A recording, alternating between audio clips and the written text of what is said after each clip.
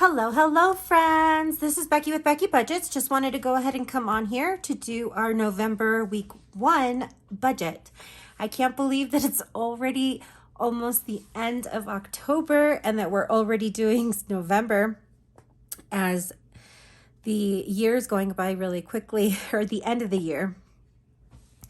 For those of you who are new to the channel, I just wanted to go over how I decide which bills we're going to pay per paycheck. What I do is I write all of our bills on a monthly spread, and I designate a different color for each week. And based on what we have during the week and how much we're going to have extra, I will either move some bills up or pay them right on time. Today, I wanted to go ahead and do our budget for, it's going to be October 27th, because that's the day that my husband gets paid. Based on what he brought in last week, which was $700, I have brought down his average to $700. So we'll put $700 for him. I'm going to project that my paycheck, which is on the 1st of every month, is going to be $4,000. And then the first week of the month, we get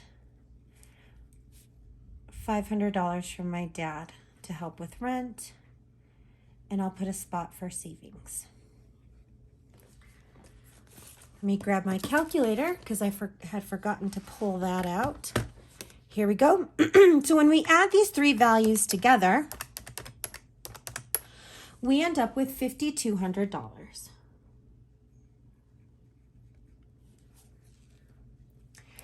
Now, the bills that are due the first of the month, and because I get paid monthly, I actually prefer to have a lot of our bigger bills at the beginning of the month because we have more income.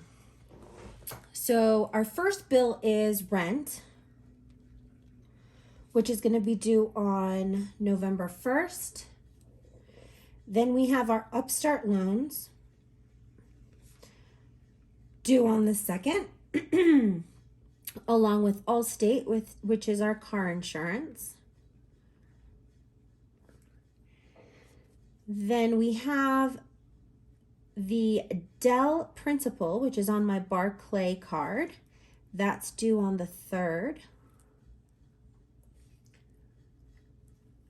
My husband's Barclay, which has our Capital One principal, that's due on the 5th. Audible does not get paid this month, but I put it on here just so that I don't forget. And then, as always, I'm pulling up our Excel bill, which is our gas and electric, and that's due on the 8th. Now, rent, we have a budget for $2,500. It is a variable expense in that they tag on utilities and pest control and trash, and those are all variable amounts. So I like to kind of keep it at an average of $2,500. Last month we went over by $5, but I still think this is a happy medium. Upstart is $1,652.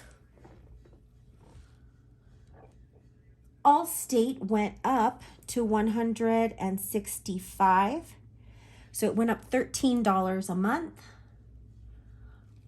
Barclay gets the minimum of $90, which is the minimum that we were paying Dell before we did the balance transfer. It's also going to be getting $41 that we have in our snowball, so hopefully that'll make a little bit of a dent.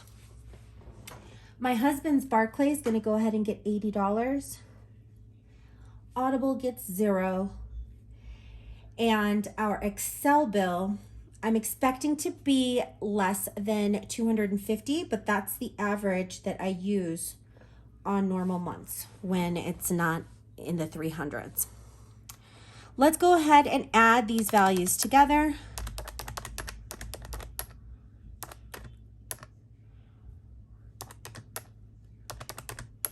And that gives us a value of $4,737. Taking that away from our income,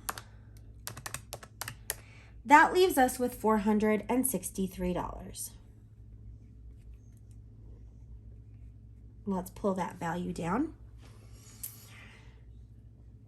Now, given that we are towards the end of the year, my 52-week challenge has grown significantly.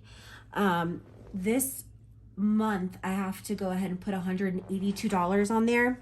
So I'm going to stay pretty conservative with our variable envelopes.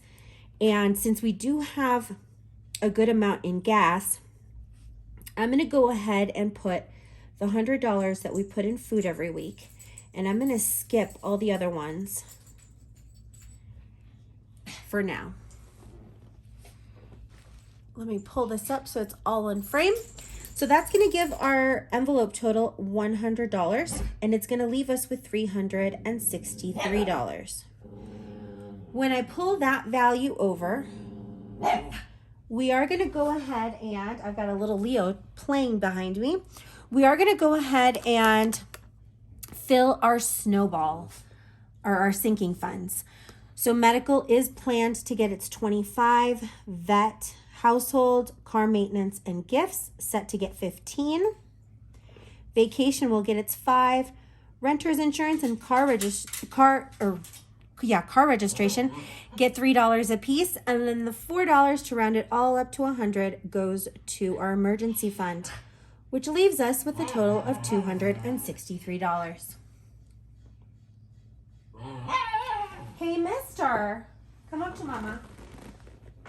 I'm going to go ahead and pull him up because he is being quite vocal. I guess he wants to say hi. Let's go ahead and put a spot for Snowball.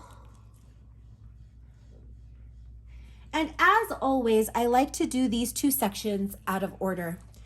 So this first week in November, we're going to have to pay the 52-week challenge number 1, which is the one in my account.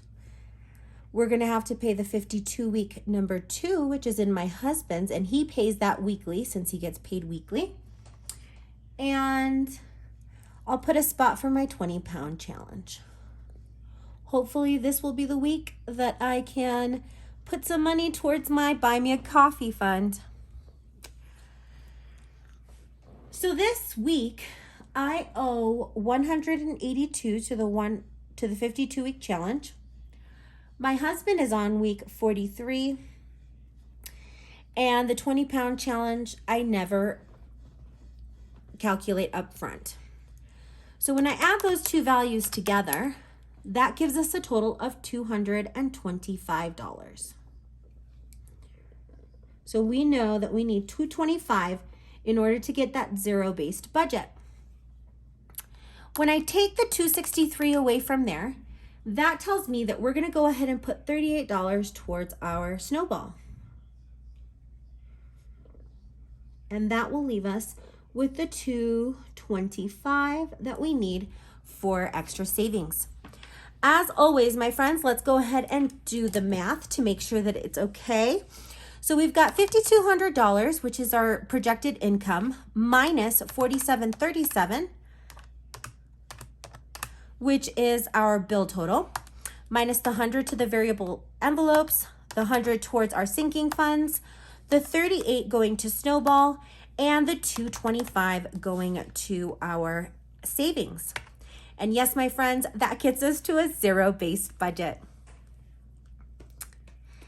Now that we're getting towards the end of the year, I have noticed that doing my 52-week challenge monthly is actually more of a strain. So I'm thinking next year, if we do decide to do the 52-week challenge again, I may do it backwards and do week 52 and go towards week 1, just because we won't have that constraint of Christmas or anything like that. And odds are that we will be moving next October, so it'll be good to have those higher numbers taken care of at the beginning of the year. For those of you who have been wondering, I went ahead and cashed our anniversary jar. What we decided to do was just turn in the change that filled the rolls of change. So we ended up getting $52 in 6 months. And to be honest with you, a lot of change, which amounts to a couple dollars, is going back into the fund, just because it was easier to just deal with the rolls since they don't have a coin counter anymore at our bank. That being said, we did go ahead and add the eating out budget that we still had to the amount that we had saved. And we had a wonderful steak dinner last night with each other and just spent time reminiscing about the 6 years of marriage and 10 years together that we've had. I'll be back in a couple days with our updated spending and also with our paycheck update. I hope each and every one of you has an amazing week, my friends. Take care, and I'll see you in a couple days. Bye.